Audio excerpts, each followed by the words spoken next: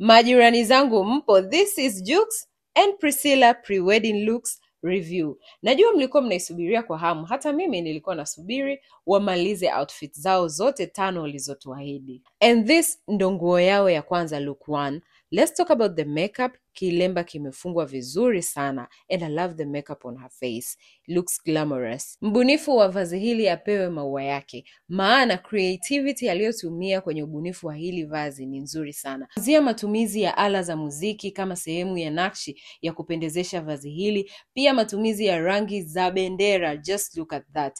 Kwangu mimi hii outfit inaongea, inamuelezea Priscilla, inamuelezea Jux, who are they. Na kazi ya mikono kwenye decorating these 2 outfits, I would say ni watu ambao wame work hard. I love everything. Closely look at it, hata na wewe utapenda. Closely unaona kabisa details zimepangiliwa vizuri. Haya majirani, twende kwa Priscilla pamoja na Jux wakiwa fully dressed ndani ya mtoko huu wa kwanza. Look at the details. Yani mimi hizi details zimenimaliza. Kwenye hii look, Jux anaonekana kama mfalme wa Afro Kingdom fulani, while Priscilla ni malkia halisi kabisa. Hii outfit ni statement, inawaongelea wao, inawadefine directly. You would know where they're from, what they do in their daily life. Lakini ni outfit ambayo ni nzuri sana kuchagua kama first outfit. Imewapa a good presentation na tumeiongelea na tutaendelea kuongelea. They have given us the best first look. Look number 2, nguo yao ya pili ni combination ya beige pamoja na brown. Tunaanza na kiwalo cha Priscilla ambacho kimekuwa inspired from this look to get in this result. Kitu ambacho nimependa kwenye hii outfit mimi ni nywele zake ambazo amezichagua, ambazo zimefanya pia muonekano wake ukawa na perfection 100. Tukienda kwa Jux, hii ndo inspiration ya koti lake. And these flowers ambazo zimewekwa ni kama vile zimetoka straight from the garden. They look so 3D. They look very good closely. Jux kapendeza sana na muonekano. Together this look is giving luxury love. Na kupendeza kote huku lazima apitie hivi. Mke wake ni Gen Z, TikTok challenge kama zote.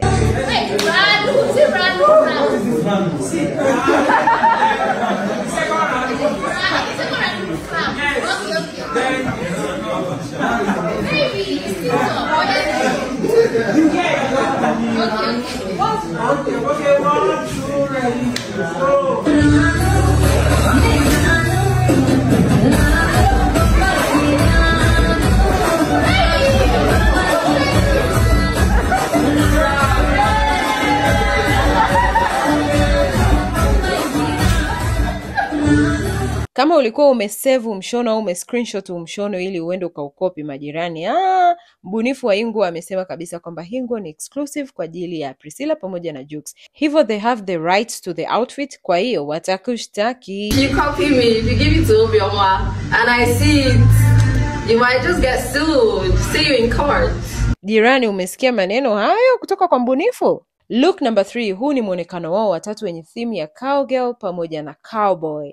Wote wawili wamevaa vest nyeupe, matching demi fits. I love Priscilla's boot, so cute and playful. Hii outfit inasema we ride together, we slay together, and no equations unsolved. Look number 4, kiwalo chao cha 4, it's just simple, but hii look ni ile we are rich in love baby. Hii simplicity combination imewapendeza sana. Soft pink dress kutoka kwa Priscilla, clean white shirt kutoka kwa Jux. Hii look ni simple but ina scream elegancy. Hakuna pressure. Sometimes less is more.